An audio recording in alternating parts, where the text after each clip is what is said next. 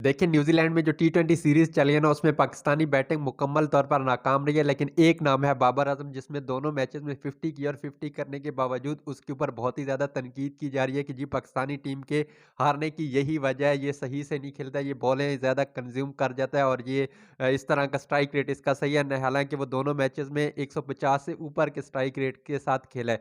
तो इस वीडियो में हम डीपली जाके देखेंगे कि आखिर गलती कहाँ पे है। देखें, सबसे पहले ना हम क्या कर लेते हैं, हमारा जो बैटिंग ऑर्डर है ना, उसको हम देख लेते हैं। बैटिंग ऑर्डर में शुरू में मोहम्मद रिज़वान आते हैं और सैम अयूब आते हैं। अब ये जो बैटिंग ऑर्डर लाया गया था कि हम जो पावर प्ले है उसको अच्छे से यूज़ नहीं कर सकते, तो ये लोग आके क्या करेंगे, हिटिंग करेंगे। यहाँ पे जो रिज़वान का किरदार है ना, वो काइंड ऑफ रोटेट करना या एक साइड को सँभाल के रखना है, और सैम अयूब का काम है कि वो क्या करेगा, 4 जान करेगा। इसके साथ आ जाता है तीसरे नंबर पर बाबर आज़म।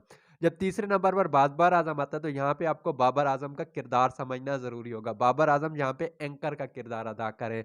वो एक एंड को सँभाल के भी रखते हैं और स्कोर बोर्ड को भी ऐसा-ऐसा चलाते रहेंगे। अब बाबर आज़म अराउंड 140-150 के स्ट्राइक रेट से ही आपको खेलता हुआ नज़र आएगा। अब ये नहीं है कि बाबर आज़म 200-300 के स्ट्राइक रेट से खेलना शुरू हो जाएगा, नहीं, बाबर आज़म के साथ आ जाते हैं, फिर अगर एक और आउट हो जाता है, तो तीसरे-चौथे पर जो बारी बनती है, वो हमारे पास आ जाती है फ़खर ज़मान। अब बाबर आज़म और फ़खर ज़मान में देखेंगे, इसके नीचे जितने भी देखेंगे ना, वो प्रॉपर एक हिटर और तेज़ खेलने वाले बैट्समैन हैं। तीसरा, चौथा इफ्तिखार हो गया, पाँचवां हमारे पास अपना क्या नाम है भाई जी, आज़म खान पपलू पुपलू वो हो गया, और इसके बाद आमिर जलाल। तो ये जितने भी लोग हैं ना, ये तेज़ खेलने वाले हैं। अब इश्यू यहाँ पे हमारे पास क्या है, देखिए हमारे जो बैट्समैन है ना, उनके माइंड में एक चीज़ डाल दी गई है कि देखें, इंटेंट इंटेंट दिखाएँ, और इंटेंट का मतलब इन्होंने ये समझा, इधर से बल्ला घुमाना, इस कान से बल्ला घुमाना और इस कान तक लेके जाना, यानी इस कंधे से घुमाना है, उस कंधे तक बल्ला आपका घूम के जाना चाहिए। ये इंटेंट नहीं होती। हमारे जो बैट्समैन है ना, देखिए हम कितनी मतलब अजीब किस्म की क्रिकेटिंग सेंस है हमारा कि हमारे जो बैट्समैन है, वो 20 ओवर पूरे नहीं कर पा रहे, और हम को ऐसे बंदे पर तनकीद कर रहे हैं जो कि लगातार परफॉर्म कर रहा है। यहाँ पे इश्यू ये है कि आपका जो चौथा, पांचवा, छठा, सातवां, चौथे नंबर फिर भी कभी कभी वो क्या कर जाता है, चल जाता है।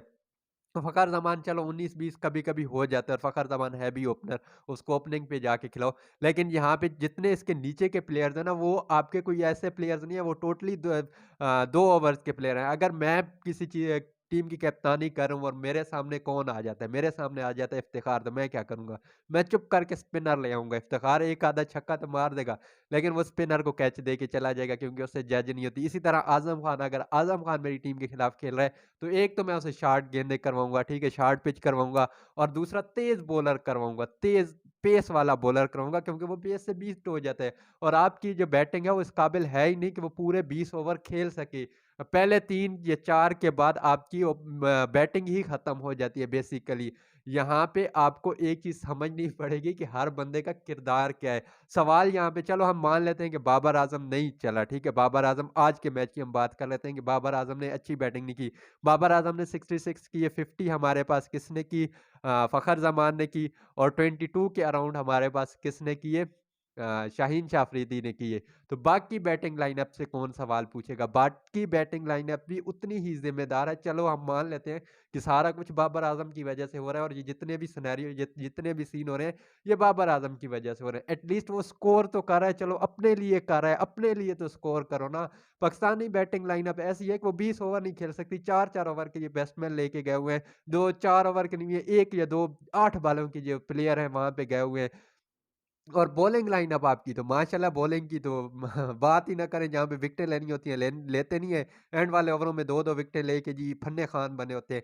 तो मसला यहाँ पे ये है कि हर बंदे को अपना किरदार अदा करना पड़ेगा। बाबर आजम कभी भी अकेला आपको मैच नहीं जिताएगा।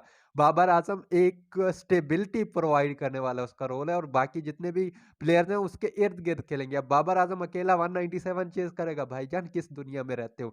कभी भी नहीं कर सकता वो 197, जब तक बाकी एंड्स उसे सपोर्ट नहीं मिलती। क्रिकेट जो है ना, वो एक टीम गेम है, बाकी टीम जहाँ पे उसको सपोर्ट नहीं कर सकती, तो यहाँ पे एक प्लेयर क्या कर सकता है? मैं भी किन लोगों को समझा रहा हूँ, इन लोगों को तो समझ ही नहीं आती। तो ये थी आज की वीडियो, उम्मीद है आपको पसंद आई होगी। अगर पसंद आई है तो वही लाइक शेयर और सब्सक्राइब